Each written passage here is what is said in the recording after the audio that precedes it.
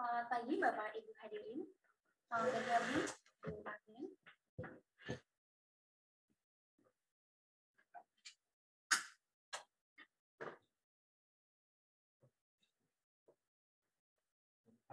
Izin Bapak Ibu hadirin untuk dapat kami mulai.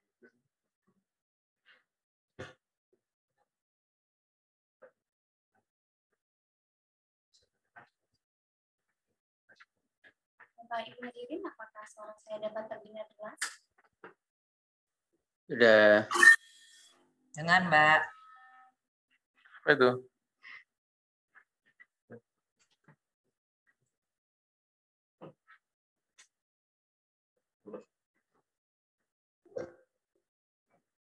Bapak Ibu hadirin, apakah suara saya dapat terdengar jelas? Ya, Mbak. Sudah dengar, Mbak. Baik, terima kasih. Mohon izin Bapak Ibu hadirin akan segera dimulai webinar pada pagi hari ini. Assalamualaikum warahmatullahi wabarakatuh. Selamat pagi dan salam sejahtera. Waalaikumsalam warahmatullahi wabarakatuh. Yang terhormat, Direktur Pengaturan Pendaftaran Tanah dan Ruang ABPNKMA. Yang kami hormati, Kepala Pusat Pengaturan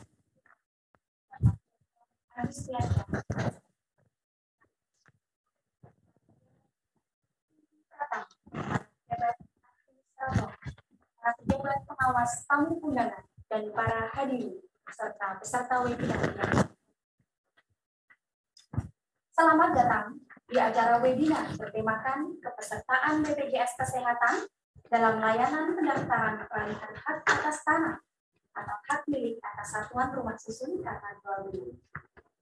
Bapak Ibu yang kami hormati, susunan acara webinar pada hari ini yang pertama, pengarahan dan sambutan webinar yang nantinya akan disampaikan Kepala Pusat Pengembangan Sumber Daya Manusia, Bapak Dr. Agustias, SFIP, SKMD. Selanjutnya, pemberian materi oleh narasumber webinar kita hari ini yang sedianya akan disampaikan oleh Bapak Insinyur Suyus Pinggayani, MAPPSC, selaku Direktur Jenderal Penetapan Hak dan Pendaftaran Tanah. Namun karena kesibukan dan adanya kegiatan yang tidak dapat diwakilkan, maka dari itu narasumber kita pada hari ini akan diwakilkan Direktur Pengaturan Pendaftaran Tanah dan Ruang, Ibu Andi Tendri Abid, APPNH. Dan sebagai moderator webinar hari ini, kita akan dipandu langsung oleh Pak Inyo Kensar Hetari, APPNH. Bapak Ibu yang kami hormati, selanjutnya kami persilahkan kepada moderator untuk memandu acara webinar kita hari ini. Tapi sebelumnya, izinkan saya untuk membacakan kurikulum vitae dari beliau. Beliau dengan nama lengkap Inyo Kensar Hetari, riwayat pendidikan terakhir beliau S2 Magister Hukum.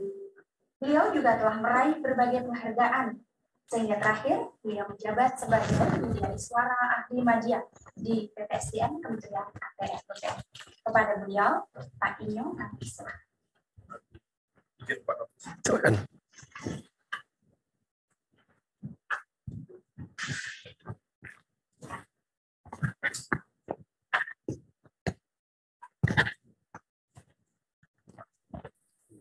Pagi Bang Ali.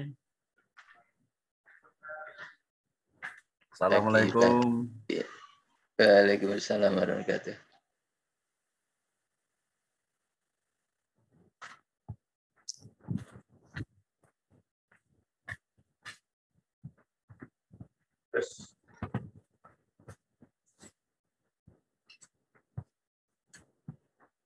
Mohon izin, apakah suara saya kedengaran? Kapan mudik Bojonegoro nih? Putus-putus Pak Inyo.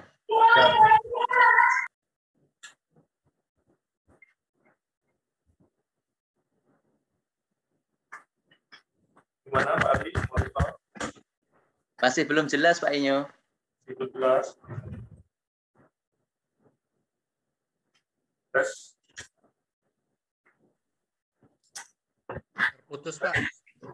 Bisa kedengaran? Putus-putus Pak Inyo, suaranya kecil.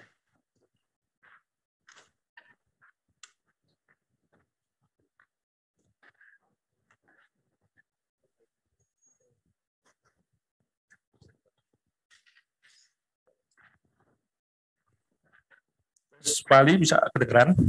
Sekarang agak Oke, bagus, Pak bagus. Inyo. Jelas, Pak. Iya. Sekarang lebih bagus.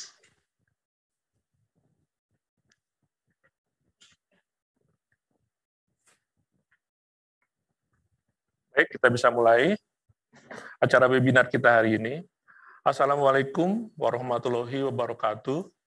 Waalaikumsalam. Selamat pagi, salam sejahtera buat kita sekalian. Shalom, Om Swastiastu, Namo Buddhaya, salam kebajikan.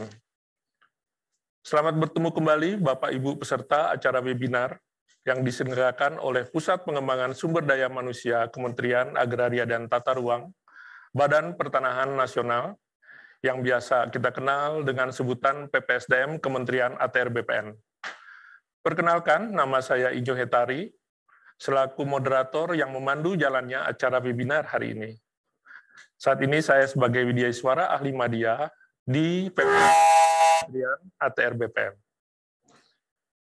Webinar kali ini mengangkat tema kepesertaan BPJS Kesehatan dalam layanan pendaftaran peralihan hak atas tanah atau hak milik satuan rumah susun karena jual beli.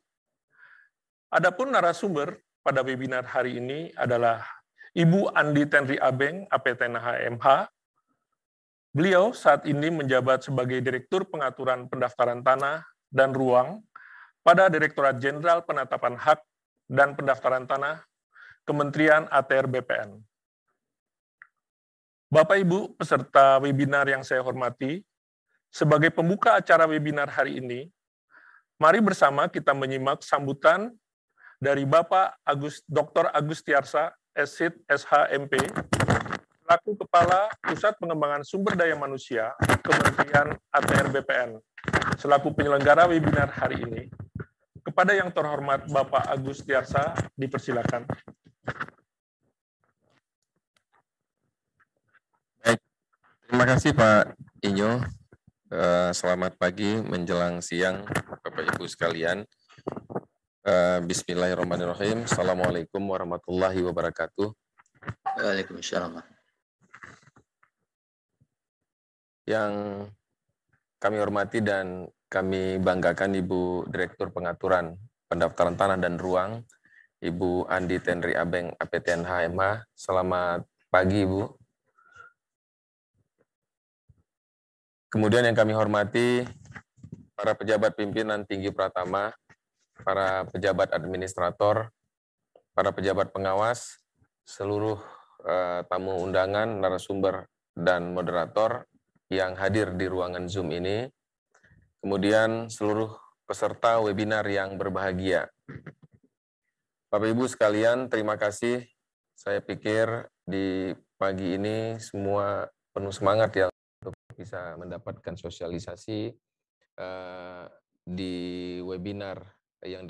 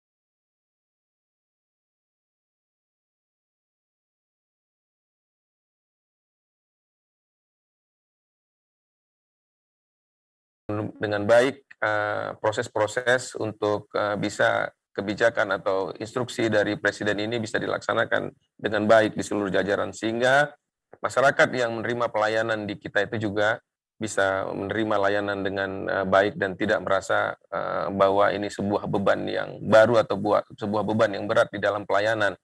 Nah, seperti apa nanti kebijakan-kebijakan ini dilakukan, bagaimana kantor-kantor pertanahan menyikapi ini, bagaimana Kanwil menyikapi ini, dan mengapa ini begitu penting bagi kita, nanti akan lebih secara gamblang dijelaskan oleh Ibu Direktur di dalam pemaparan beliau di webinar ini. Dan tentunya dengan dipandu oleh Pak Inyo, yang tadi CV-nya sudah dijelaskan oleh MC, kita juga cukup yakin bahwa webinar ini akan sangat bermanfaat dan cukup menarik. Jadi ikuti webinar ini dengan tuntas, ikuti webinar ini dengan baik, kemudian nanti apa-apa hal yang harus didiskusikan, kita diskusi dengan cukup baik, dan kalaupun setelah selesai webinar ini, kita berdiskusi dimanapun, semakin cukup bekal ilmu ataupun pengetahuan yang kita dapat. Saya pikir ini webinar yang cukup baik, kita tidak boleh melewatkan ini, dan kita benar-benar harus bisa menyimak ini sampai akhir. Mudah-mudahan memberi manfaat. Akhirnya dengan mengucapkan selamat mengikuti webinar kepesertaan BPJS Kesehatan dalam layanan pendaftaran peralihan hak atas tanah atau hak milik atas satuan rumah susun karena jual beli di Kementerian Agraria dan Tata Ruang Badan Pertanahan Nasional tahun 2022. Semoga dengan webinar ini, para peserta diharapkan mampu mengetahui kepesertaan BPJS Kesehatan dalam layanan pendaftaran peralihan hak atas tanah atau hak milik atas satuan rumah susun karena jual beli, dan dengan mengucapkan Bismillahirrahmanirrahim, maka acara webinar ini kita buka. Wabillahi taufiq wa hidayah. Wassalamualaikum warahmatullahi wabarakatuh. Waalaikumsalam warahmatullahi wabarakatuh. Terima kasih Bapak Agus Tiarsa, selaku Kepala PPSDM Kementerian ATR BPN, yang sudah menyampaikan sambutannya dan sekaligus membuka acara webinar kita hari ini dengan tema kepesertaan BPJS Kesehatan dalam layanan pendaftaran peralihan hak atas tanah atau hak milik atas satuan rumah susun karena jual beli. Sebagaimana kita ketahui bersama, bahwa Kementerian ATR BPN merupakan bagian dari kementerian atau lembaga pemerintah untuk menjalankan instruksi Presiden nomor 1 tahun 2022 tentang optimalisasi program jaminan kesehatan nasional. Untuk itu, para aparatur sipil negara atau ASN Kementerian ATR BPN bertugas untuk memastikan bahwa pemohon yang mengajukan permohonan pendaftaran peralihan hak atas tanah atau hak milik atas satuan rumah susun adalah anggota dari BPJS Kesehatan. Berkenaan dengan hal tersebut, maka para ASN di lingkungan Kementerian ATR BPN sangat diharapkan mempunyai pemahaman yang jelas atas permohonan pendaftaran peralihan hak atas tanah atau hak milik atas satuan rumah susun yang diajukan oleh pemohon sebagai anggota BPJS Kesehatan. Untuk itu, pada kesempatan ini, mari kita memperhatikan dan ikuti paparan dari Ibu Andi Tenri Abeng yang akan menjelaskan hal tersebut. Ibu Andi Tenri Abeng sangat dikenal di lingkungan Kementerian ATR BPN dengan sapaan Ibu Abeng. Adapun riwayat pendidikan Ibu Abeng dapat saya sampaikan sebagai berikut. Beliau menempuh pendidikan Diploma 3 di Akademi Pertanahan Nasional Yogyakarta, jurusan pertanahan, dan lulus pada tahun 1992. Kemudian, beliau melanjutkan pendidikan Diploma 4 pada jurusan perpetaan di Sekolah Tinggi Pertanahan Nasional Yogyakarta dan lulus tahun 1995. Beliau juga menempuh pendidikan Strata 2 Ilmu Hukum dari Universitas Jayabaya, Jakarta, dan lulus pada tahun 2011, dan Strata 2 Magister Management pada Institut Pertanian Bogor, dan lulus pada tahun 2016. Ibu Andi Tenri Abeng saat ini menjabat sebagai Direktur Pengaturan Pendaftaran Tanah dan Ruang pada Direktorat Jenderal Hak Tanah dan Pendaftaran Tanah Kementerian ATR BPN. Sebelumnya, beliau pernah menjabat sebagai Kepala Kantor Wilayah Badan Pertanahan Nasional Provinsi Banten. Kepada yang terhormat Ibu Andi Tenri Abeng, kami persilakan, Bu. Terima kasih Kak Inyo, Pak Moderator yang sangat saya kagumi. Terima kasih kepada Pak Kapus PPSDM, ini adik yang sangat luar biasa. Teman-teman semua yang hadir dalam Zoom webinar ini, yang saya tahu semuanya adalah insan-insan Kementerian ATR BPN yang luar biasa, yang sangat humble dan memang menjadi kader-kader kita Kementerian ATR BPN di masa kini dan masa yang akan datang. Saya lihat ini banyak sekali yang hadir, sudah lebih dari 260 peserta dalam webinar ini. Assalamualaikum warahmatullahi wabarakatuh. Selamat pagi, salam sejahtera untuk kita semua. Om Swastiastu untuk teman-teman yang di Bali dan juga seluruhnya yang ada dalam webinar Zoom meeting ini yang saya hormati, saya sayangi, dan saya cintai. Sekali lagi ucapan terima kasih kami sampaikan kepada Bapak Agustiarsa sebagai Kapus PPSDM, penyelenggara webinar ini, memberi kesempatan kepada kita, Direktorat Jenderal PHPT, untuk mensosialisasikan adanya Impres 1 2022 di lingkungan internal, ya, di internal kita sendiri. Terima kasih Pak Kapus, dan minta maaf, memang sedianya Pak Dirjen yang akan menghadiri, akan membawakan sosialisasi tentang Impres ini yang diwajibkan diinstruksikan kepada Kementerian ATR BPN, tetapi karena ada satu hal yang tidak bisa beliau tinggalkan sehingga ditugaskan kepada saya. Saya minta maaf, ini bukan keinginan saya ya Pak Kapus, memang Pak Dirjen tidak bisa mengikuti, sehingga mudah-mudahan tidak mengecewakan pada teman-teman yang hadir, termasuk teman-teman PPSDM. Saya akan mencoba membawakan tentang apa sih itu yang diinstruksikan kepada kita di Kementerian ATR BPN oleh Presiden dalam Impres nomor 1 tahun 2022. Mudah-mudahan semua bisa, suara saya kedengeran nggak? Kak Inyo? Jelas kedengeran, Ibu? Jelas. Ya, jadi memang saat ini kita tuh benar-benar ini saya juga ada rapat Zoom ini, jadi tapi nggak apa-apa ya, semuanya saya harapkan juga bisa mendengar dan bisa mengikuti apa yang saya sampaikan, dan juga saya harapkan teman-teman BPN seluruh Indonesia yang ada dalam webinar ini bisa menjadi agent kita untuk menyampaikan kepada masyarakat sehingga masyarakat bisa lebih paham, ya. Teman-teman bisa lebih paham untuk menjelaskan kepada masyarakat karena adanya tambahan persyaratan dalam pendaftaran peralihan hak atas tanah atau hak milik satuan rumah susun karena jual beli. Oke, saya mulai dari betapa next. Oke, ini bisa kita lihat bahwa pandangan dunia terhadap kita, ya, pelayanan pertanahan kita itu kita tahu bahwa ada EODB, Ease of Doing Business, ya, yang kita ini dalam peringkat kalau di EODB-nya sendiri dengan 10 indikator kita itu peringkat ke-73 dari 190 negara, ya. Ini apa artinya? Ini adalah kemudahan berusaha di Indonesia, itu indikatornya salah satunya jual beli, kita masuk peringkat 73 dari 990 negara. Masih banyak yang harus kita benahi. Terus kemudian kalau dari urutan ini 106, kita itu adalah urutan 106 di peringkat pendaftaran properti, ranking kita ya, di tingkat pendaftaran properti itu di 106. 106 tuh jauh sekali dari angka 1. Kemudian kalau di ASEAN, Asia Tenggara, kita tuh kemudahan berusaha kita tuh di urutan ke-6.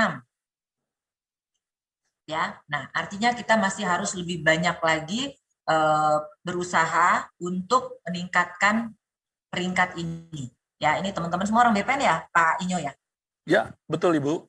Peserta dari ya. lingkungan Jadi, ASN Kementerian ya, ATR jadi BPN. saya mau menyampaikan bahwa kita, terutama untuk layanan jual beli, itu dipandang oleh dunia, dihitung ranking-ranking kita, ya. Jadi memang banyak yang masih harus kita lakukan untuk perbaikan, kemudahan berusaha.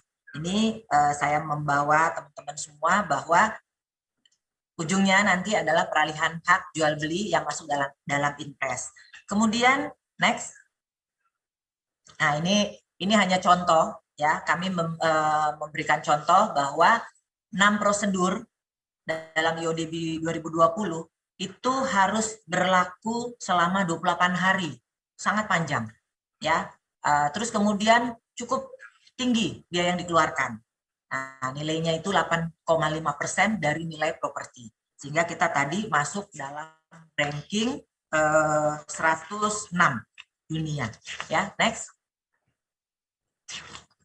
Nah, kita dalam layanan pertanahan ini 10 tertinggi, 10 layanan terfavorit yang saya munculkan. Favorit kedua itu adalah peralihan hak jual beli. Ada sekitar 1 juta di tahun 2019, ada 900 ribuan di tahun 2020, dan di tahun 2021 naik lagi 1 jutaan. Ya, ini menggambarkan betapa peralihan hak jual beli cukup favorit di dalam kita. Sukses Pak Kapus. Terima kasih. Sukses Pak. Ya. Terima kasih Pak.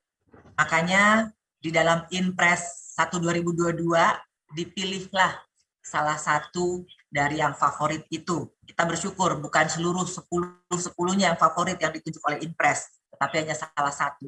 Dan salah satu ini adalah hanya satu dari 137 layanan pertanahan yang ada di KKP kita, ya. Jadi hanya salah satu yang ditunjuk oleh Inpres. Nah, saya harapkan teman-teman di sini, ASN maupun PPN yang ada bergabung dalam webinar ini, bisa juga turut menjelaskan kepada masyarakat tentang kondisi-kondisi ini.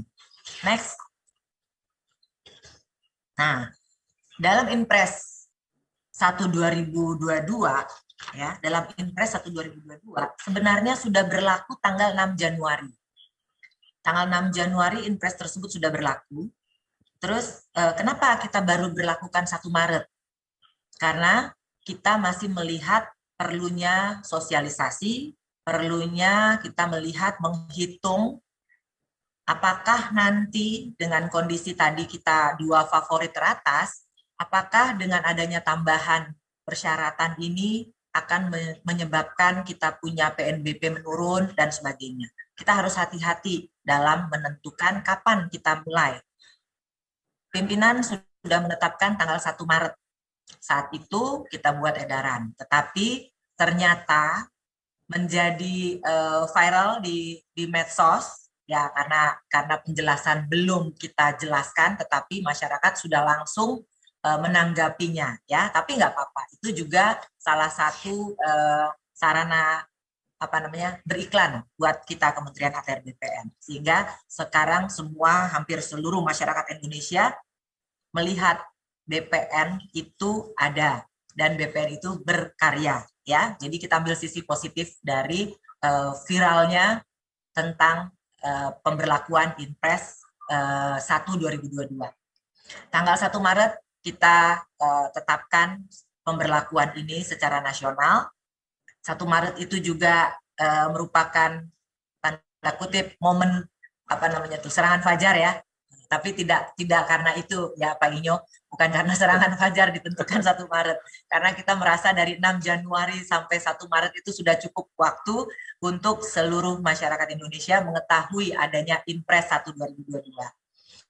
Nah, kemudian dalam Inpres 1 2022, ya, kita bisa lihat bahwa bukan hanya BPN yang masuk dalam Inpres 1 2022. Ada lebih dari 23 KL.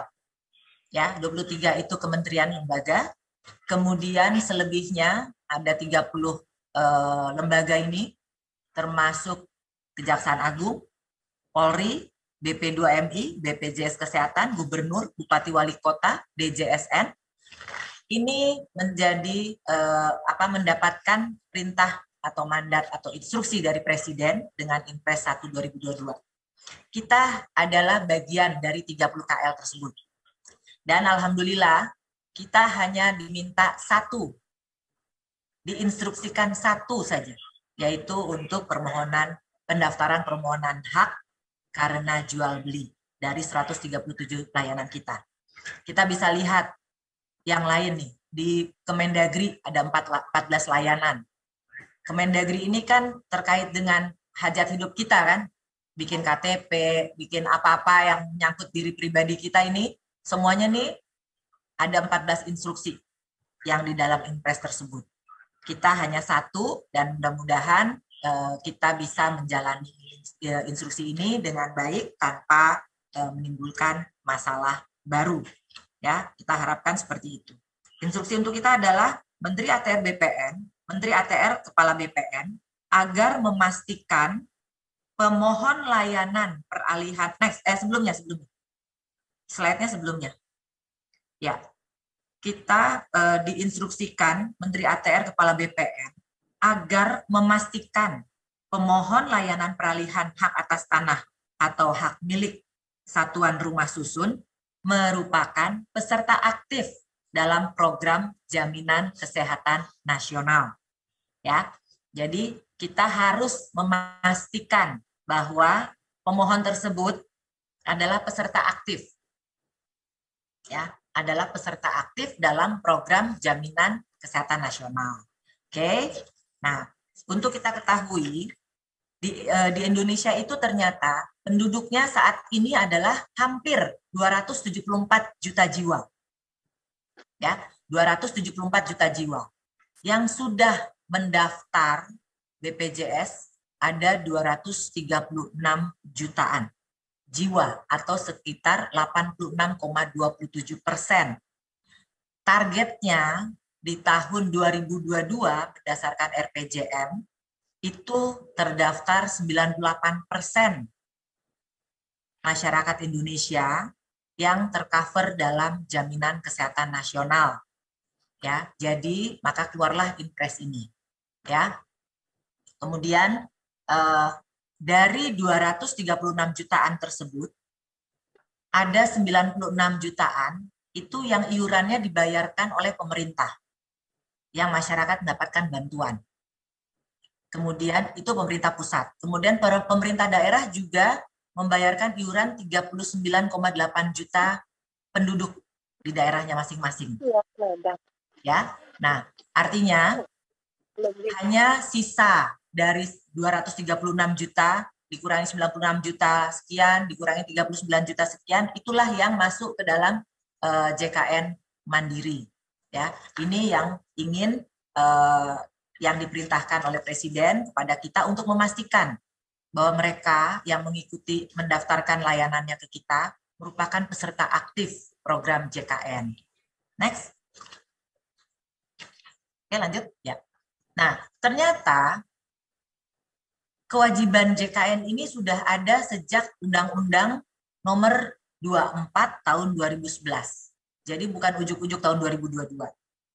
Dan sanksinya pun sudah ada di dalam Undang-Undang 24 tersebut. Ya, Undang-Undang 24 tahun 2011. Kemudian keluar PP nomor 86 tahun 2013 bahwa tata cara pengenaan sanksinya. Jadi di undang-undang itu sudah merupakan kewajiban pemberi kerja wajib secara bertahap mendaftarkan dirinya dan pekerjanya. Kemudian setiap orang selain pemberi kerja, pekerja dan penerima bantuan iuran yang memenuhi persyaratan kepesertaan dalam program jaminan sosial wajib mendaftarkan dirinya dan anggota keluarganya sebagai peserta pada BPJS. Artinya ini wajib sudah sejak tahun 2011 dengan Undang-Undang Nomor 24. Oke. Nah, kemudian di dalam undang-undang itu juga ada sanksi. Ada sanksi administratif, ada berupa teguran tertulis dan denda, ya, dan pengenaan sanksi itu juga sudah diterapkan, sudah ada PP-nya pelaksanaannya, tata cara pengenaan sanksi administratifnya, ya, kepada pemberi kerja dan orang per orang. Oke, kemudian di Perpres 18 tahun 2020 yang terbaru itu dalam RPJMN itu tadi yang saya sampaikan sudah ditargetkan 98% penduduk Indonesia masuk dalam program jaminan sosial nasional. Oke, sampai sini jelas ya. Juga Presiden sudah direkomendasikan oleh KPK dan BPK untuk pelaksanaan Undang-Undang 24 2011 ini, ya. Kemudian dengan Inpres ini tadi sudah saya sampaikan, Menteri ATR Kepala BPN agar memastikan pemohon layanan peralihan hak atas tanah atau hak milik satuan rumah susun adalah peserta aktif dalam program JKN, program Jaminan Kesehatan Nasional. Dikeluarkanlah surat edaran Pak Dirjen untuk menyatakan bahwa Inpres ini sudah kita akan berlakukan. Kemudian surat Dirjen juga, ya, kita sudah mengeluarkan ada 3 surat sebenarnya. Karena yang surat terakhir itu termasuk tata cara, ya. Next, termasuk tata cara dan persyaratan-persyaratannya. Nah, ini. Jadi persyaratan jual beli kita sudah tahu. Dan nomor 11 ini ditambahkan tertera fotokopi kartu BPJS pemohon. Ini untuk saat ini. Tapi kalau nanti sistem kita sudah berjalan, saat ini masih dibangun antara BPJS dengan Pusdatin kita. Kalau sudah berjalan tidak perlu lagi menyampaikan fotokopi, ya, kartu BPJS. Nah, fotokopi kartu BPJS ini bagi yang sudah terdaftar. Tapi di dalam edaran kita, dalam edaran Pak Menteri itu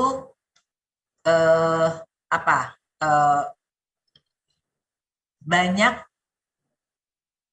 kemudahan-kemudahan, ya. Jadi pertama kan dalam status kartu itu ada 3. Peserta aktif itu, peserta BPJS itu ada 3. Dia aktif, dia tidak aktif, atau dia belum punya. Nah, kami, Pak Dirjen dan Pak Pimpinan, Pak Menteri, itu tidak mau menghambat pendaftaran peralihan karena jual beli ini hanya karena belum adanya kartu BPJS atau kartu BPJS-nya sudah tidak aktif, ya. Jadi semuanya kita layani. Ini teman-teman kantor pertanahan mungkin sudah paham, ya. Jadi tidak ada permohonan yang ditolak hanya karena tidak ada atau tidak aktif kartu BPJS, ya. Bagaimana caranya kita membantu kita melaksanakan Inpres ini? Tetap kita daftarkan, kita selesaikan sesuai ketentuan, ya, sesuai SOP kita. Nanti pada saat pengambilan produk itu masyarakat yang belum melampirkan karena belum punya atau tidak aktif, dia bisa melampirkannya pada saat pengambilan produk. Nah, itu nanti saya akan jelaskan di bagian belakang. Terus teman-teman bisa melihat gambar ini. Ya, gambar ini. Ini merupakan kartu Indonesia Sehat yang hijau. Kartu identitas lainnya seperti kita Kementerian ATR BPN yang PNS tentunya banyak yang belum punya BPJS. Tapi kita pasti punya Askes. Nah, ini sama. Di dalam di dalam sistemnya BPJS, kalau kita membawa Askes dia langsung terkonek. Jadi nomornya ini Askes kita sudah masuk ke dalam data JKN dalam BPJS. Jadi tidak harus kepesertaan BPJS itu dengan kartu BPJS kesehatan ini. Kita pegawai negeri bisa dengan Askes. Kemudian kalau yang sudah punya kartu Indonesia Sehat itu lebih baik. Jadi semua tidak ada yang ditolak sepanjang dia merupakan jaminan kesehatan nasional. Ya, sampai di sini teman-teman paham ya? Terutama kita nih PNS. Jadi tidak perlu juga kita mengganti kartu. Ya, kalau Kak Inyo masih pegang Askes, nggak usah buru-buru ke BPJS untuk ganti kartu karena sistemnya sudah nyambung. Ya, Jadi jenis-jenis kartu ini semua merupakan jaminan kesehatan nasional, jadi diterima dalam proses pendaftaran peralihan hak. Nah, prinsip-prinsip yang kita terapkan adalah bahwa pertama, dalam Inpres itu yang diberlakukan hanya pendaftaran peralihan karena jual beli. Nah, ini masih banyak teman-teman di daerah bertanya ke saya. Kalau hibah gimana? Kalau waris bagaimana? Ya nggak dapat, ya nggak masuk, nggak wajib. Yang wajib hanya peralihan karena jual beli. Ya. Jadi selain pendaftaran peralihan karena jual beli tidak diwajibkan. Terus banyak PPAT juga bertanya, kenapa menjadi tambahan syarat bagi mereka? Inpres ini tidak memerintahkan atau menginstruksikan kepada PPAT. Jadi Inpres ini tambahan persyaratan ini tidak menghambat sama sekali dalam pembuatan akte jual beli oleh PPAT. Karena tidak dipersyaratkan dalam membuat akte. Yang dipersyaratkan melampirkan atau sebagai peserta aktif BPJS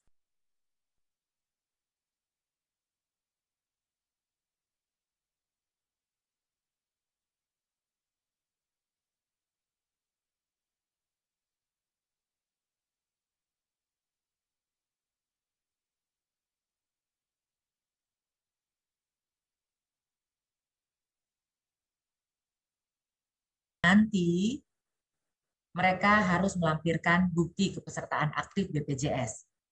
Artinya tidak ada yang PPAT yang terhambat pekerjaannya, ya. Terus kemudian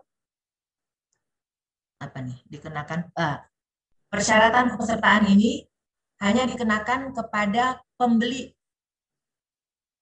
Jadi kalau teman-teman Kanta, kalau masyarakat datang, dia yang diwajibkan kita minta kartu BPJS-nya atau kita lihat kepesertaan aktifnya itu hanya pembeli. Penjual dan sebagainya sudah tidak. Ya, hanya pembeli yang dilampirkan. Oke. Terus kemudian bagaimana kalau dia WNA? Kalau WNA yang wajib adalah yang sudah bekerja paling singkat 6 bulan. Paling singkat 6 bulan. Kalau dia belum 6 bulan, dia tidak masuk dalam kewajiban di Undang-Undang 24 yang tadi saya sampaikan, ya. Jadi kita nggak usah memaksakan. Kalau pembeli hak pakai adalah WNA, dia baru prolekitas, dia belum 6 bulan di sini, jangan dipaksa minta BPJS-nya sampai nggak bisa didaftarkan, jangan. Dia belum wajib, dia tidak terkena dalam instruksi ini. Terus bagaimana kalau dia badan hukum? Badan hukum tadi saya sudah sampaikan bahwa pemberi kerja wajib ya memiliki BPJS dirinya dan pekerjanya. Nah, dalam badan hukum yang kita mintakan adalah BPJS pimpinan perusahaan tersebut. Ya, salah satu direksi yang mewakili direksi, direktur yang mewakili direksi itu yang bertanda tangan di akte juga bisa. Itu yang kita mintakan kepesertaan keaktifan BPJS. Ya, jadi teman-teman Kanta udah clear di ini ya, di hal ini ya. Terus kemudian ini tadi yang saya sampaikan. Apabila pada saat penyampaian berkas pemohon belum dapat melampirkan kartu BPJS itu karena dua hal. Pertama karena sudah tidak aktif karena tidak bayar jadi tidak aktif, atau memang belum. Nah, itu tidak boleh dihambat. Tetap kita proses sepanjang semua sudah memenuhi syarat di 1/2010. Ya, tetap diproses, tapi nanti di Pusdatin sudah membuat di dalam kalau dia belum aktif atau dia belum punya, di dalam kartu STTD tanda terimanya itu ada note. Ada note bahwa pada saat pengambilan itu harus melampirkan bukti keaktifan dari kartu BPJS. Nah, kemudian bagaimana? Berarti kan masyarakat yang belum punya harus mendaftar dulu. Sementara SOP kita nih 5 hari, SOP pendaftaran di BPJS itu 14 hari. Ya, nanti saya akan jelaskan di slide berikutnya. Terus ini kita sedang mengintegrasikan sistem ya, sehingga nanti kita tidak perlu lagi melampirkan fotokopi. Cukup melihat dari sistem integrasi antara BPJS dengan BPN. dengan KKP kita sehingga akan lebih memperlancar proses di loket. Next, ini saya lanjutkan. Nah, ini kalau dia begitu mendaftar, dicek dalam portalnya BPJS, ternyata statusnya tidak aktif itu artinya ada tunggakan.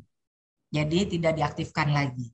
Nah, sementara untuk mengaktifkan mereka itu harus membayar. Tidak semua orang mampu membayar lunas karena mungkin tunggakannya udah sekian tahun.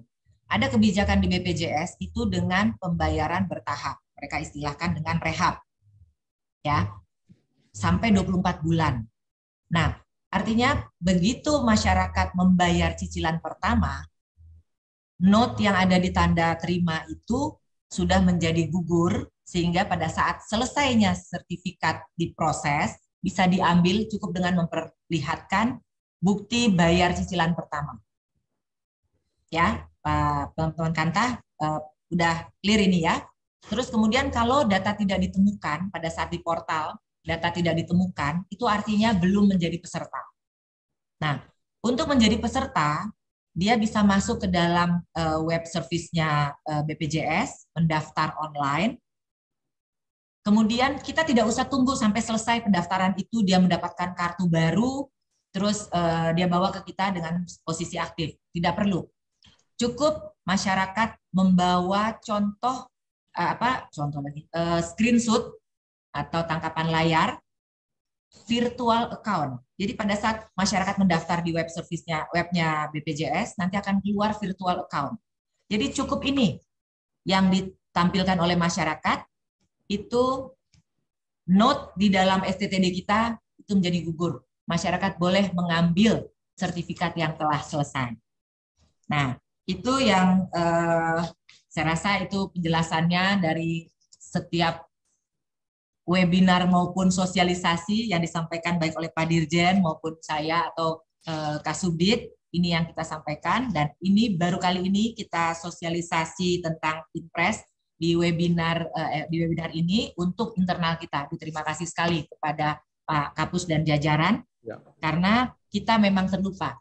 Kita sudah sosialisasi ke PPAT, kita sudah sosialisasi ke masyarakat umum, tetapi ke internal kita, kecuali di lingkungan PHPT, ini kan seluruh ya, bukan hanya PHPT. Di lingkungan PHPT, ini baru ini kita lakukan.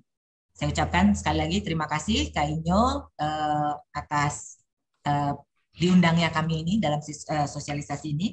Pak Kapus dan jajaran, terima kasih. Dan teman-teman semua, mudah-mudahan apa yang saya sampaikan pemahamannya sama dengan apa yang teman-teman kerjakan di kantor pertanahan. Dan juga buat teman-teman yang tidak melayani di kantor pertanahan, ini menjadi pencerahan kalau ada yang bertanya. Karena walaupun kita bukan membidangi PHPT atau di loket, tapi kalau kita memakai baju BPN, siapapun ketemu kita dianggap menguasai semua hal tentang pertanahan. Nah, ini bisa mengisi kekosongan kalau ada yang menanyakan tentang BPJS atau Inpres 1/2022 ini kepada kita yang tidak melayani di loket. Terima kasih atas perhatiannya. Monggo dilanjut Pak Inyo. Terima kasih semuanya. Om Swastiastu. Assalamualaikum warahmatullahi wabarakatuh. Waalaikumsalam warahmatullahi wabarakatuh. Terima kasih Bu Andi Tenri Abeng atas penjelasan dan paparannya yang cukup jelas dan juga menambah pengetahuan terutama untuk teman-teman kita di lingkungan ASN Kementerian ATR BPN, khususnya kepada teman-teman yang garda terdepan di kantor pertanahan kabupaten kota ini, Bu. Memang kalau kita lihat mungkin banyak pertanyaan-pertanyaan yang diajukan mungkin kepada Ibu maupun kepada teman-teman di sini, termasuk saya juga ada WA dari teman-teman maupun dari PPAT ini yang menanyakan kok ada tambahan lagi persyaratan Pak Inyo ya. Nah, inilah penjelasan dari Bu Abeng kepada teman-teman, jadi akan semakin jelas apa yang disampaikan.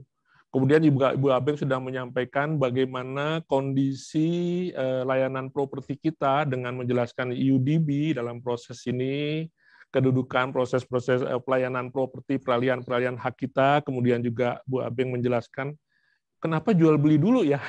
Pertanyaannya dalam instruksi Presiden, karena kalau kita lihat di dalam yang tadi Ibu juga sudah paparkan, di dalam lingkup layanan pertanahan yang ada dari 10 yang Ibu ambil 10 besar, ternyata layanan jual beli itu menduduki ranking nomor 2 setiap layanan dari sejak tahun 2019 sampai 2021 yang Ibu punya datanya tadi disampaikan.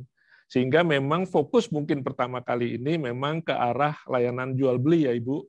Ya, kemudian juga banyak pertanyaan ini Ibu yang tadi Ibu sampaikan juga. Kok bagaimana kalau badan hukum gitu? Atau pertanyaan bagaimana yang belum punya pemohon, tapi dia udah beli tanah tapi belum punya. Nah, itu juga Ibu sudah menjelaskan hal ini.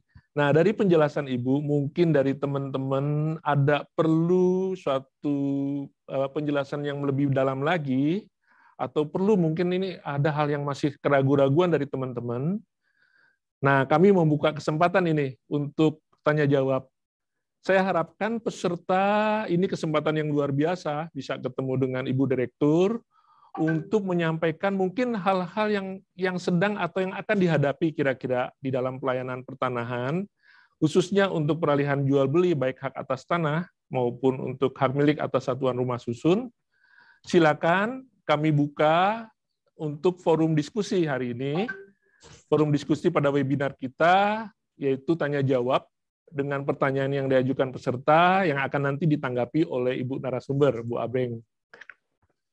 Pada sesi pertama pertanyaan yang diajukan peserta, kami persilakan 3 orang penanya dengan menggunakan reaction raise hand mungkin ya, Ibu. Ada 3 orang, silakan mengajukan pertanyaan yang nanti akan ditanggapi oleh Ibu Andi Tenri Abeng. Mohon pertanyaan diajukan secara jelas, lugas, dan ringkas, sehingga kita bisa mengikutinya dan menambah wawasan kita yang mendengarkan. Baik, saya persilakan yang mau mengajukan pertanyaan, mungkin tampilkan seluruh peserta untuk bisa kita lihat siapa yang mengajukan raise hand-nya. Tiga penanya saya buka, silakan. Kayaknya sudah jelas semua Kak Inyo.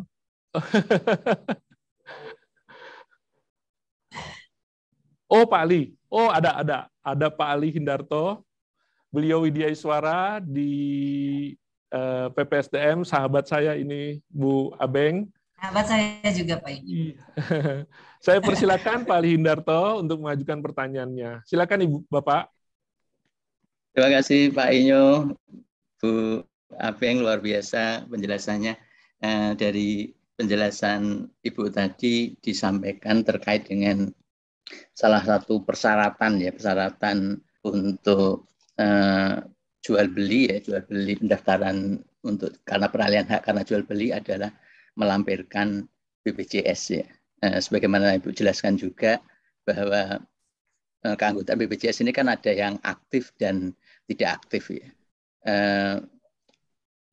Dengan melampirkan fotokopi fotokopi tanpa kita mengecek misalnya untuk nomornya BPJS di BPJS, kita tidak akan mengetahui bahwa pesertanya apakah aktif atau non aktif ya. Kalau hanya sekedar misalnya melampirkan kartunya ya, kecuali kita mengecek di websitenya BPJS, kita akan mengetahui bahwa peserta ini aktif atau non aktif. Berikutnya yang berikutnya tadi, apabila belum mempunyai kartu itu bisa dilampirkan ya.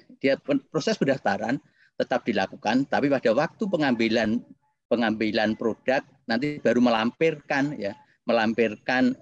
kartu BPJS-nya sebagai bukti, misalnya kalaupun belum jadi maka bukti pendaftaran BPJS. Dan apabila tidak aktif, bisa yang pertama tadi Ibu, yaitu karena ada cicilan ya, ada misalnya kalau dia ada tunggakan maka dia ada cicilan, yang penting dia ada cicilan, misalnya ada pembayaran cicilan tahap pertama misalnya dilakukan. Begini Ibu, misalnya yang terakhir tadi misalnya dia melampirkan tapi ada waktu pengambilan produk ternyata dia belum melampirkan kartu BPJS-nya karena dia misalnya belum mendaftarkan ya. Apakah ini tetap misalnya pada waktu produk selesai, apakah kalau dia mengambil, apakah produknya bisa diambil atau tidak? Kalau tidak, sudah barang tentu dia menjadi tunggakan misalnya karena menjadi tunggakan BPN karena produk belum disampaikan. Apakah ini tidak akan merugikan misalnya merugikan BPN ya karena produk ya dia sudah melebihi SOP, melebihi waktu penyelesaiannya karena ada proses tambahan atau persyaratan tambahan adanya kartu BPJS. Terima kasih, Ibu. Terima kasih Pak Ali atas pertanyaannya. Jadi ada dua Pak Ali ini menanyakan Ibu mengenai peserta aktif dan tidak aktif. Sudah ada apakah dapat dijelaskan lebih lanjut kemudian Ibu. Yang kedua, kalaupun misalnya dia bukan peserta yang belum menjadi anggota, tetapi produk sudah jadi. Karena ini proses memakan waktu misalnya, sehingga menjadi tunggakan kantor pertanahan. Itu mungkin Pak inti dari pertanyaan Pak Ali, dua pertanyaan itu. Silakan Bu Abeng untuk penjelasannya. Silakan Ibu. Terima kasih Pak Ali. Pertanyaannya cukup baik sekali. Jadi supaya saya juga lebih menjelaskan dengan detail ya. Jadi yang pertama kita dengan koordinasi dengan BPJS itu ada diberikan link portal mereka. Ya, teman-teman seluruh kantor pertanahan sudah diberikan link portal untuk melakukan pengecekan. Tetapi ini kami berpikir di pusat ini akan merepotkan. Karena setiap saat kan belum tentu jaringan bagus ya. Setiap saat harus ngecek di portal. Masuk portal. Jadi mungkin ada kantah yang pas jaringannya lagi jeblok, nggak bisa masuk portal, gitu kan. Akhirnya di dalam edaran itu kami bilang, masyarakat yang punya kewajiban menyampaikan ke kita status kepesertaannya. Jadi dia capture sendiri mereka yang kan masyarakat itu bisa ya, Pak Ali juga bisa nih masuk ke webnya BPJS melalui JKN Mobile, terus kemudian Cika itu mengecek status kepesertaan. Nah, itu masyarakat di dalam edaran kita, masyarakat yang menunjukkan screenshot atau tangkapan layar status kepesertaannya. Ya kan ya, di edaran kita itu. Jadi bukan ke petugas loket kita. Cuma kita kalau misalnya ragu-ragu kita bisa melakukan pengecekan karena kita dikasih link masuk ke portalnya BPJS. Nah, seperti itu Pak Ali. Ya. Jadi ini adalah kewajiban dari masyarakat yang mendaftar. Dia wajib memberikan tangkapan layar ke kita, kasih lihat. Nah, dalam awal-awal dilaksanakan, ini kami berkoordinasi dengan BPJS, minta setiap kantor pertanahan ada orang BPJS yang memberikan sosialisasi di loket. Jadi mereka istilahkan duta BPJS.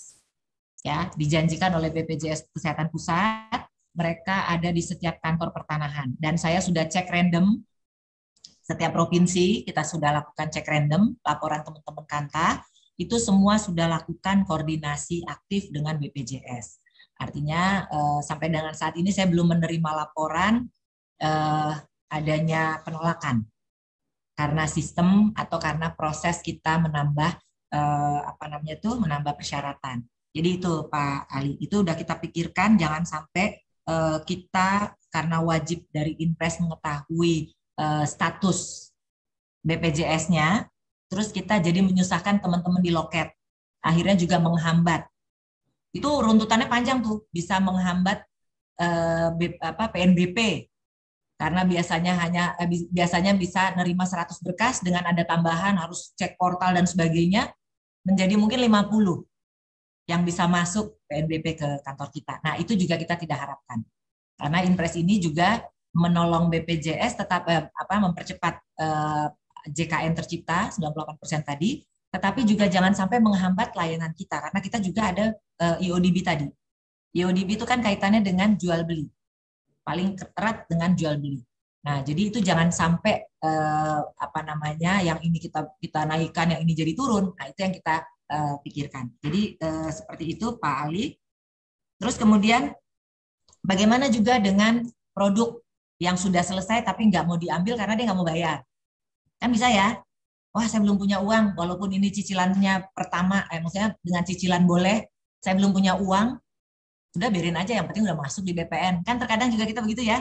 Nah, jadi teman-teman di Pusdatin itu sudah sampai masyarakat, kantor pertanahan boleh sampai klik 208. Yang tidaknya itu hanya 301A, Pak, pengambilan. Artinya tidak ada tunggakan yang terjadi. Kalau memang dia 5 hari harus selesai, 5 hari selesai, tetapi tidak boleh diambil.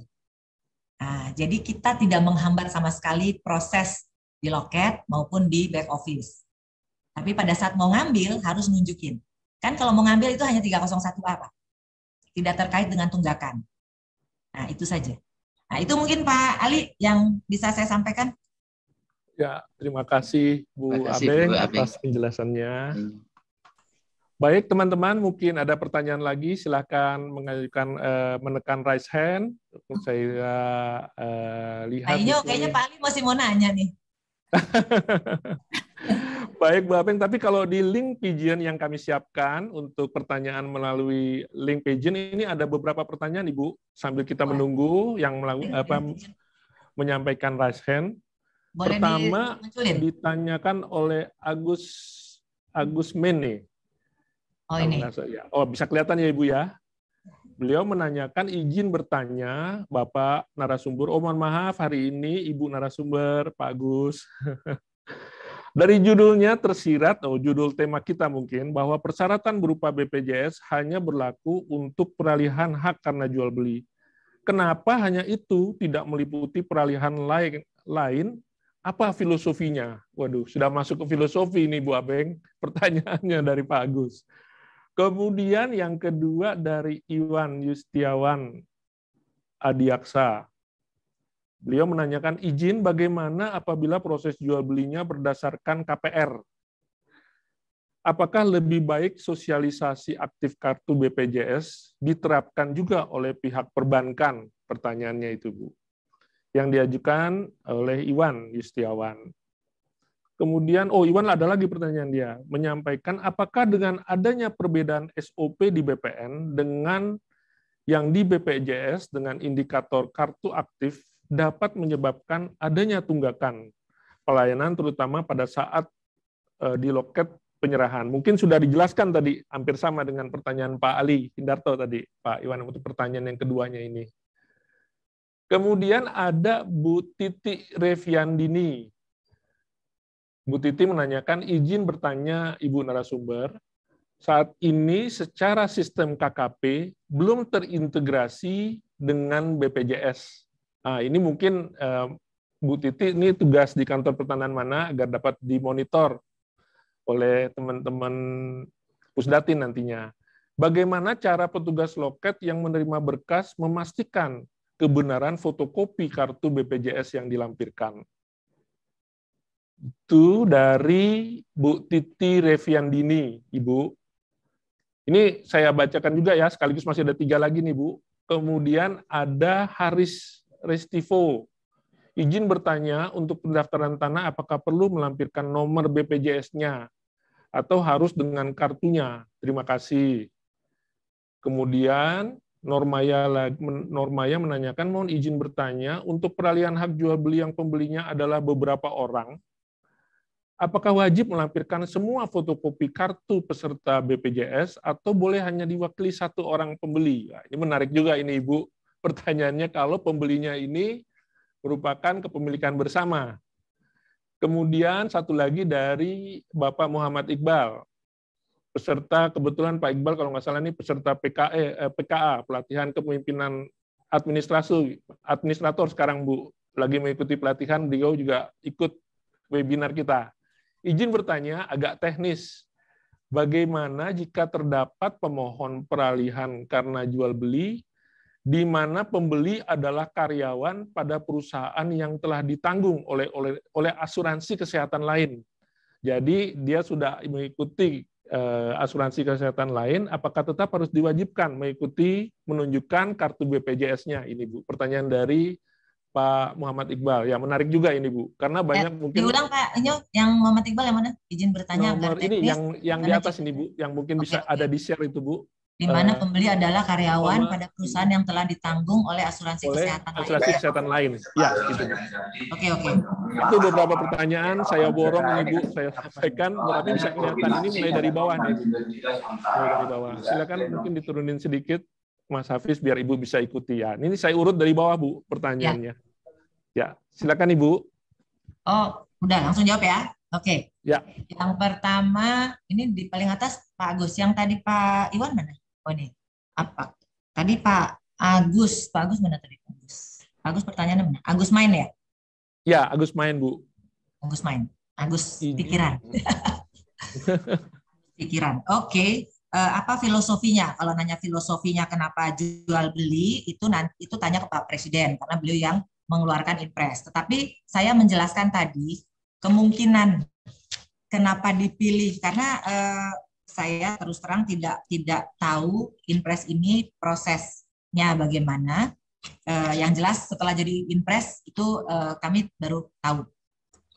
Jadi kalau tadi saya menganalogkan, tadi sudah dijelaskan juga oleh Pak Inyo, ya saya sudah jelaskan awalnya, kemudian ditegaskan oleh Pak Inyo, karena peralihan hak ini top 10 yang nomor 2 dari layanan pertanahan kita, gitu ya. Kalau saya melihatnya itu, maka dipilih. Kita bersyukur hanya 1, jadi tidak terlalu merepotkan. Ya Pak Agus, kalau misalnya 10 top 10 ini harus dengan BPJS, betapa rumit, tambah rumit gitu ya. Nah, tapi kalau ditanya apa filosofinya, apa ya Pak Inya, bisa dibantu ya? Kami hanya bisa menjelaskan secara teknis yang ada di kita dari data-data. Tapi kalau secara filosofi, boleh tanya ke Pak Presiden. Oke ya, mohon maaf Pak Agus. Ini Pak Agus dari kantah mana ya? Atau dari orang luar? Pak Agus masih pikiran, Bu, karena Agus main orang pusat, Bu. Oke, ini ada one comment. One comment-nya nggak bisa dibuka ya kayaknya ya. Oke, yang kedua Pak Iwan, kalau KPR bagaimana? Kalau KPR kan tetap melampirkan akte jual beli ya? Ya kayaknya ya, orang mendaftarkan, kita pakai KPR, tapi peralihan haknya kan jalan. Ya, tetap pakai jalan. Jual beli. Nah, tadi udah saya jelaskan.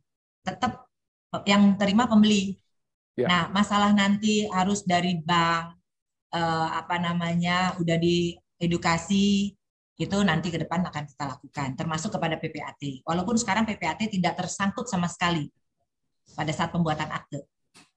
Ya, terus waktu pembuatan KPR, bank tidak tersangkut sama sekali.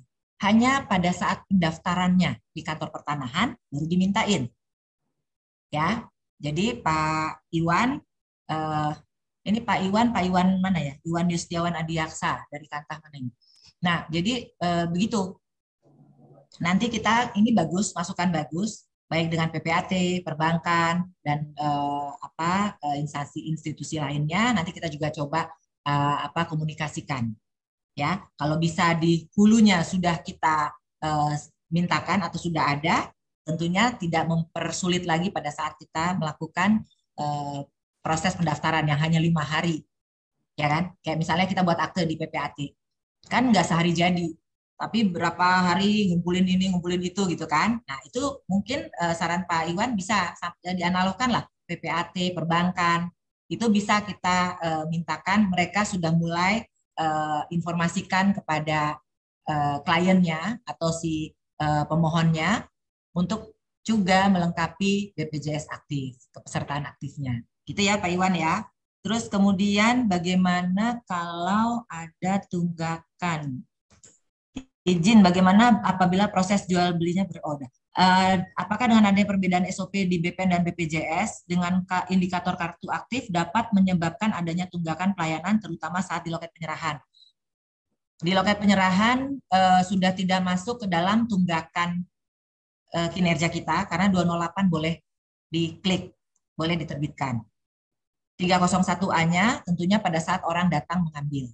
Ya, kalau orang datang mengambil. Kalau dia belum ambil, tentunya tunggakan di 301A, tetapi tidak mempengaruhi penilaian kinerja bahwa pekerjaan belum selesai. Ya, karena ada pihak eksternal yang belum datang ambil. Gitu ya Pak Iwan ya. Jadi tadi udah saya jelaskan, kita tidak boleh menghambat proses sampai selesai. Ya, apapun kondisi kartunya. Mau aktif, mau tidak aktif, mau tidak punya. Sepanjang sudah sesuai SOP 1 2010, tidak ada yang boleh dihambat. Yang ada adalah kita tahan penyerahannya. Ya, clear ya di sini ya, teman-teman kantor pertanahan harusnya clear. Oke. Nanti kalau nggak clear, WA saya lagi, nanti saya jelaskan lagi deh. Ya, oke. Siap, Bu. Ya, siap. Kemudian Bu Titi Reviandini. Ini kayak ada nama PPAT ini. Izin bertanya, apa saat ini secara sistem KKP oke? Tadi saya sampaikan di slide nomor bahwa akan diintegrasikan antar sistem BPJS dengan KKP. Dan saat ini Pusdatin dengan BPJS lagi intens menyiapkan sistem. Juga teman-teman dari Biro Ren dan kami semua sebagai narasumbernya itu juga sedang menyiapkan MOU dan PKS.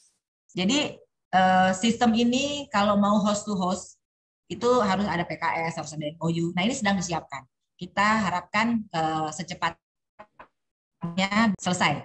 Nah, selama belum ada sistem, tadi saya sampaikan, kalau tadi tercatat bahwa pemohon melampirkan kartu. Padahal di edaran kartu lagi apa namanya fotokopi. Nah, itu di edaran cukup melampirkan fotokopi screenshot ya. Di edarannya Pak Dirjen itu jelas disebutkan bahwa pemohon itu melampirkan screenshot atau tangkapan layar itu deh bahasanya. Ya, melampirkan screenshot. Nah, masyarakat itu ya peserta JKN ini bisa mengakses melalui mobile JKN, melalui Cika, Chat Assistant JKN yang dengan WA.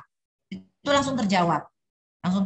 Statusnya aktif, tidak aktif, atau tidak ditemukan. Tadi sudah saya sampaikan di slide terakhir. Ya,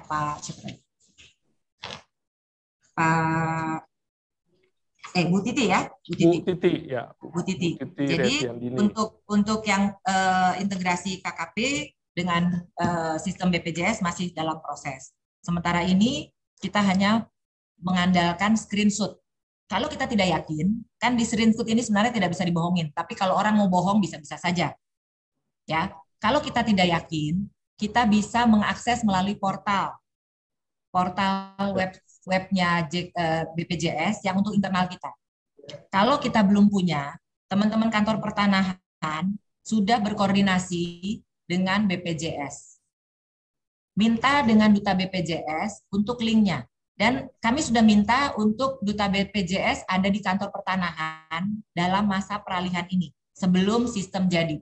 Nah, jadi kalau teman-teman yang masih ada di sini, seluruh kantor pertanahan se-Indonesia ini, kalau ada BPJS yang tidak berkoordinasi ke kita, walaupun kewajiban kita yang koordinasi dengan BPJS di dalam surat edaran Pak Dirjen, itu tolong dilaporkan ke kami.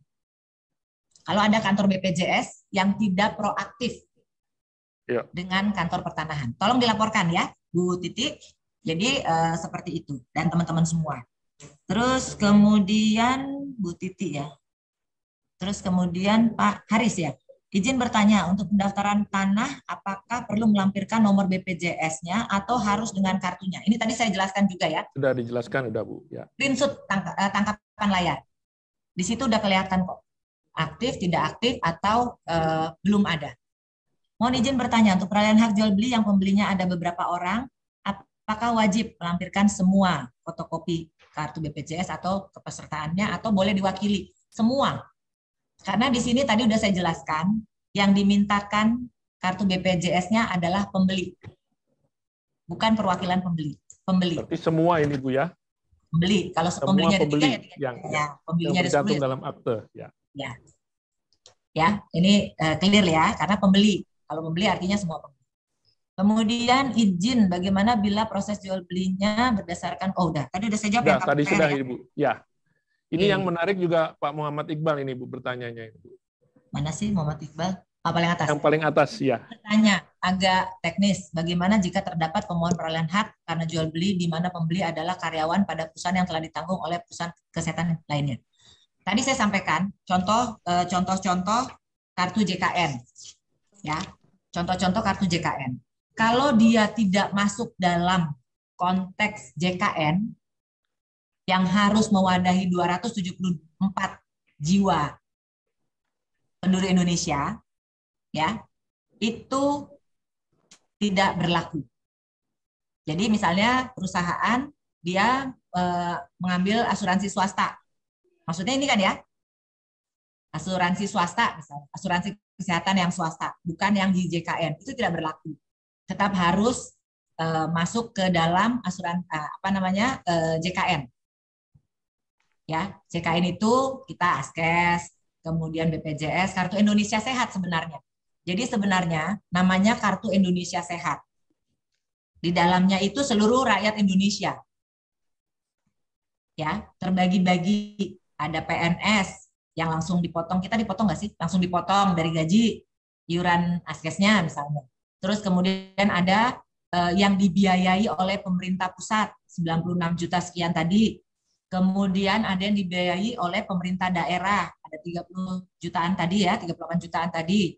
Nah, yang sisanya itu dengan BPJS Mandiri. Jadi tidak bisa, Pak Iqbal. Harus yang terafiliasi dengan BPJS Kesehatan. Jadi walaupun dia sudah mengikuti misalnya program-program asuransi swasta, tetapi begitu dia menjadi pembeli, dia juga apabila tidak memasuk dalam program jaminan kesehatan nasional tadi, perusahaan-perusahaan itu tetap dia harus melampirkan BPJS yang termasuk dalam program jaminan kesehatan nasional ini ya Ibu ya? Ya, that's right Pak Inyo.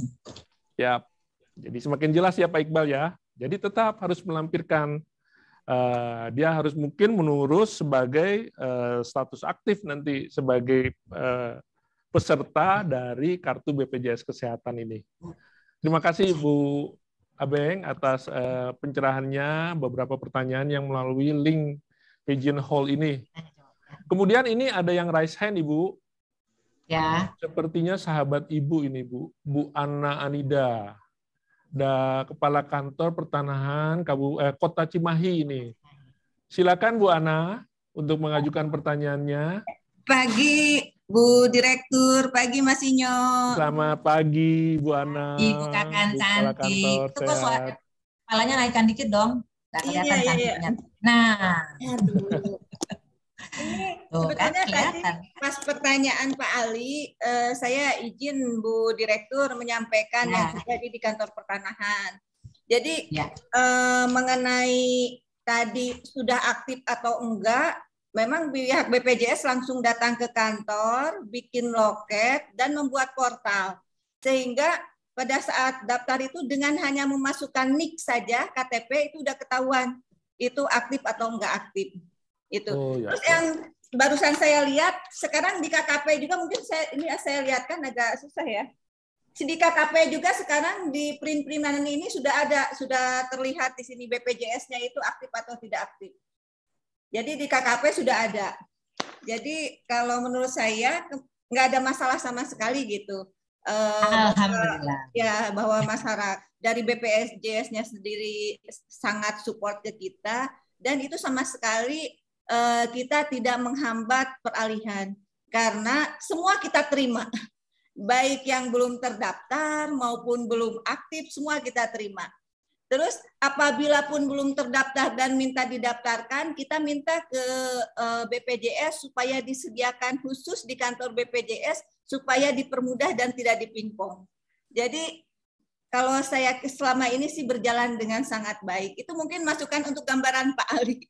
Tadi izin Bu Dir dan Mas Inyo hanya menyampaikan yang kami laksanakan. Terima kasih. Iya. Terima kasih Bu Ana. Bu Abeng, izin mumpung ada kepala kantor ini Bu. Jadi malah saya jadi sebagai moderator mau lihat aplikasi di lapangannya ini Bu Ana. Jadi kira-kira dari yang Bu Ana lihat sejak berlakunya digunakannya KKP kita mulai 1 Maret kalau tidak salah diaktifkan. Ya. Kira-kira Ibu lihat sebenarnya lancar-lancar saja, tidak ada tunggakan ya seperti dikhawatirkan teman-teman ini. Betul. Kalau selama ini kan kita memang sampaikan bahwa jangan sampai ada tunggakan, terima semua. Dan tapi kita cek aktif atau enggak aktif, disampaikan kepada pemohonnya untuk diaktifkan. Itu berkas kita terima semua sampai nanti pada saat pengambilan itu nanti diperlihatkan screenshotnya. Yang kita lihat hanya screenshotnya tadi. Jadi nggak usah lagi pakai kartu segala macam. Oh ya, baik Ibu. Jadi lancar, saya syukur. Iya. Syukur Ibu. Jadi ini bisa lancar, kerjaan kita juga lancar, juga kita bisa memenuhi instruksi Presiden ini, ya. Amin. Ya, makasih Bu Ana. Mungkin ada teman-teman dari kantor pertanahan lain memberikan masukannya.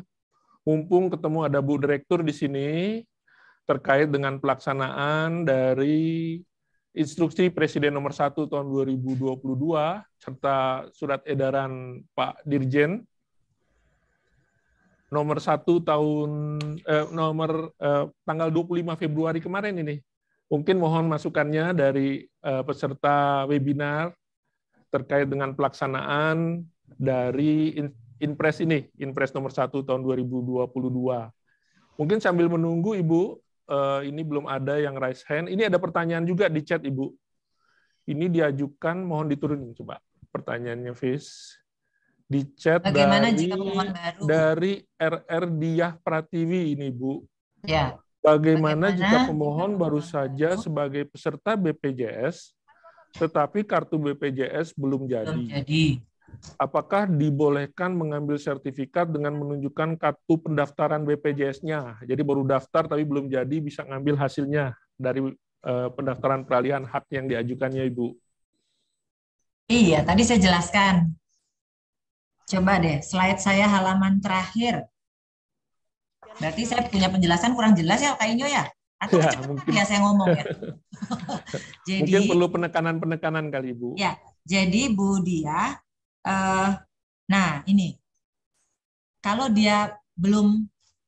data tidak ditemukan, tadi Bu Ana udah bilang, status ini dengan mengetik NIK, keluar semua ya Bu Ana tadi ya, di portalnya, terus jadi ada aktif, tidak aktif, atau tidak ditemukan. Kalau tidak ditemukan tuh berarti belum terdaftar, gitu kan? Kemungkinan NIK-nya juga belum valid, atau belum terdaftar. Kalau belum terdaftar, karena proses pendaftaran mereka membutuhkan 14 hari kerja, sementara kita proses hanya 5 hari. Jadi kita hanya mintakan pada saat pendaftaran, mereka tuh akan keluar bukti virtual account. Jadi jangan melihat kelas, seluruh kelas boleh. Walaupun dia datang orang kaya raya, tapi dia hanya ngambil kelas 3, jangan ditolak. Ya, tidak mengenal kelas kita. Nah, ini contoh virtual account. Cukup dengan ini, kita tidak usah sampai melihat dia sudah bayar atau belum. Ya, nggak usah. Jadi bukti mereka masuk ke dalam portal BPJS, kemudian mendapatkan virtual account. Itu juga udah bisa, Bu Dia. Ya.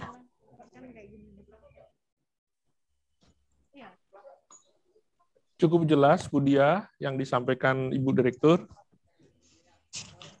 Ya, jadi dengan menunjukkan virtual account aja sudah bisa itu sebagai pendaftar baru di sini untuk mengambil hasilnya.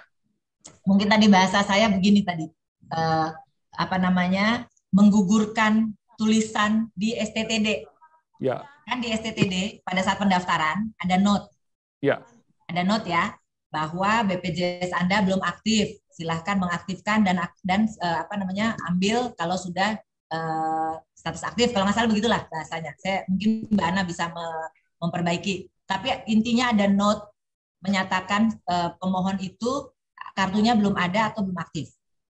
Nah, ya kan? Dan bisa ngambil produk setelah melampirkan yang aktif. Nah, itu kalau dia kartu baru, mendaftar baru cukup dengan virtual account. Kalau dia statusnya tidak aktif atau ada tunggakan, cukup dengan bukti pembayaran pertama. Jadi tidak harus lunas. Karena boleh dicicil selama 24 bulan kayak gitu. Ya. Ya, jadi mereka ada sistem rehab katanya. Rencana pembayaran bertahap itu maksimal 24 bulan. Ya, 24 bulan maksimal. Iya. Ya. Baik, Ibu. Itu tadi mungkin bahasa saya yang menggugurkan note. Nah, itu mungkin yang teman-teman, atau mungkin suaranya nggak jelas. Mbak Dia boleh undang saya ke kantor Mbak Dia deh, saya main-main ke tempat Mbak Dia. Baik, Ibu. Cukup jelas ya, Bu Diah ya, apa yang dipaparkan oleh Bu Direktur.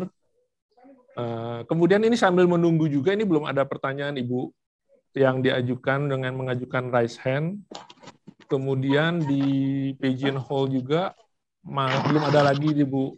Kayaknya mungkin sudah semakin jelas ini, Bu, penjelasan dari... Ini ada Bu Diah nih. Makasih, Bu, cukup jelas. Terima kasih, Mbak Dia. Oh, iya, iya. Diundanglah ke sana. Nah, Ibu, mungkin kalau saya sambil menunggu, mungkin karena waktu kita masih ada, mungkin Ibu penjelasan mengenai orang asing yang berdomisili di Indonesia ini, Bu.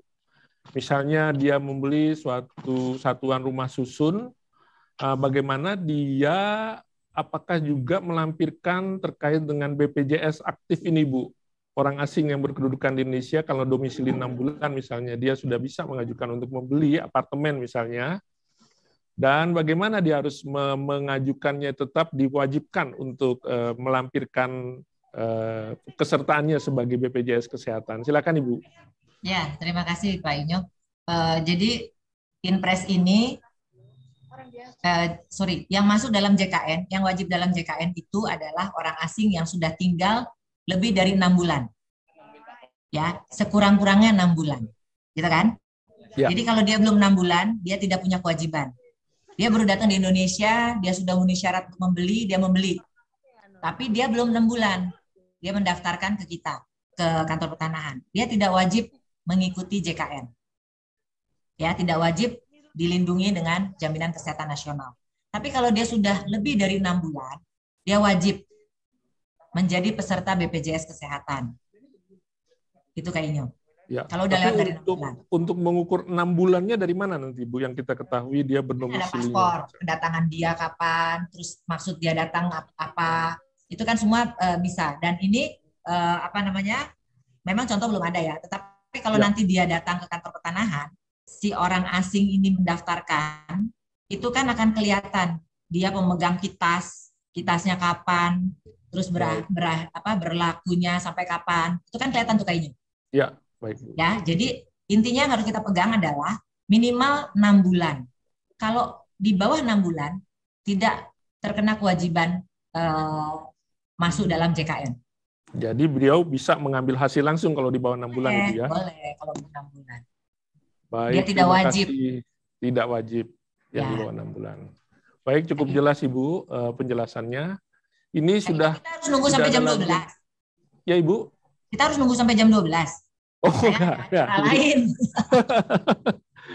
Jangan, Ibu Direktur luar biasa sibuknya ini, Ibu. Ini saya juga sudah tidak ada lagi yang mengajukan pertanyaan. Kayaknya mudah-mudahan ya. Saya ini boleh cukup jelas. Cukup jelas ini kayaknya seperti Ibu. Mungkin juga sambil menunggu karena ini adalah program baru dalam pelaksanaannya. Mungkin nanti dalam perjalanannya ada perkembangan-perkembangan. Mungkin bisa menghubungi di tempat Ibu ya, Bu ya. Hubungi saya langsung boleh. Nomor telepon saya juga mendunia. Monggo aja. Saya layani semua. Siap, Ibu. Pasti teman-teman punya lah nomor Bu Abeng. Siapa yang nggak kenal Bu Abeng ya, Bu ya? Ya, enggak. Itu teman-teman, rupanya Ibu Direktur membuka pertanyaan-pertanyaan secara terbuka apabila Bapak Ibu di daerah menghadapi mungkin kendala, hambatan di dalam proses melaksanakan program Inpres ini, silakan menghubungi Bu Abeng langsung. Bu Abeng juga membuka itu kesempatan kepada teman-teman dengan nomor yang mungkin ada nanti disampaikan, nanti akan ditanggapi oleh Bu Abeng untuk mencari solusi. Masalah-masalah mungkin di dalam prakteknya masih menemukan kendala. Terima kasih banyak Ibu udah mau share, berbagi terhadap pelayanan ini, karena ini menjadi pelayanan yang baru, dan ini juga mungkin akan menghadapi tantangan-tantangan, tetapi kita harapkan ini dapat berjalan dengan baik ya Ibu. Amin. Itu yang kita harapkan. Baik, karena sudah tidak ada lagi yang mengajukan pertanyaan, baik melalui Pigeon Hole maupun melalui chat, Saya selaku moderator memang tidak mengambil kesimpulan dalam webinar ini, tetapi ada dua catatan saya selama ini saya mengikuti baik paparan maupun dalam forum tanya jawab yang dapat saya tarik benang merahnya. Jadi yang pertama, jadi tindak lanjut dari Inpres Instruksi Presiden nomor 1 tahun 2022 tentang optimalisasi program jaminan kesehatan nasional telah ditindaklanjuti dengan diterbitkannya surat edaran Direktur Jenderal Hak Tanah dan Pendaftaran Tanah tanggal 25 Februari 2022 nomor 5/SE besar garis datar 400.HK.02/2 Romawi tahun 2022 tentang kepesertaan jaminan kesehatan nasional dalam kurung JKN dalam permohonan pendaftaran peralihan hak atas tanah atau hak milik atas satuan rumah susun karena jual beli. Dan SE tersebut telah ditujukan kepada para Kakanwil dan Kepala Kantor Pertanahan se-Indonesia ini, seluruh Indonesia. Mudah-mudahan ini telah diterapkan oleh teman-teman di daerah. Dan yang kedua, benang merah yang saya catat di sini, kepesertaan BPJS Kesehatan ini wajib dilampirkan pemohon yang mengajukan pendaftaran peralihan hak atas tanah atau hak milik atas satuan rumah susun karena jual beli. Jadi ini sudah jelas, itu dua benang merah yang dapat saya sampaikan pada webinar ini, Ibu dan teman-teman semua. Mudah-mudahan ini dapat dilaksanakan dengan baik oleh seluruh aparatur sipil negara di lingkungan Kementerian ATR BPN. Ini saya ucapkan terima kasih kepada Ibu Andi Tenri Abeng selaku narasumber pada webinar kita hari ini yang diselenggarakan oleh PPSDM Kementerian ATR BPN. Mohon kesempatan nanti lain waktu Ibu, mungkin Ibu nanti akan sering kami undang juga untuk menjadi narasumber untuk kegiatan-kegiatan lainnya berkaitan dengan pendaftaran tanah, Ibu. Ya, setuju kayaknya.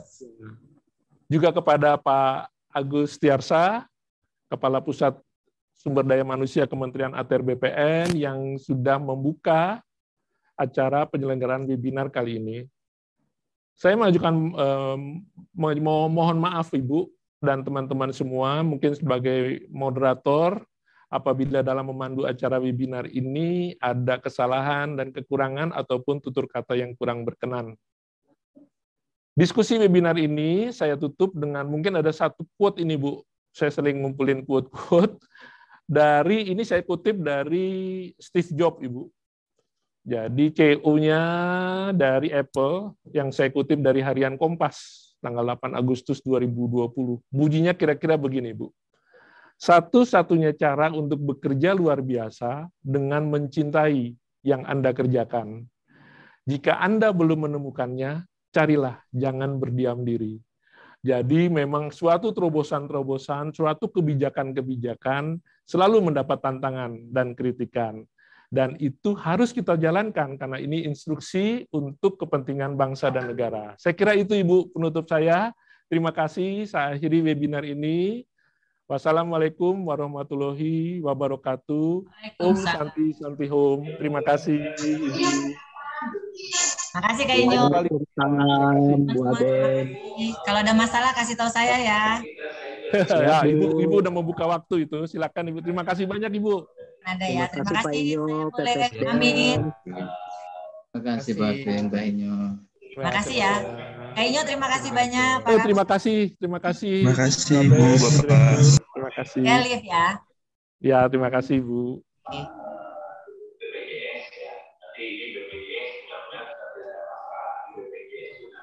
Halo Bang Ali, Lai Daniel.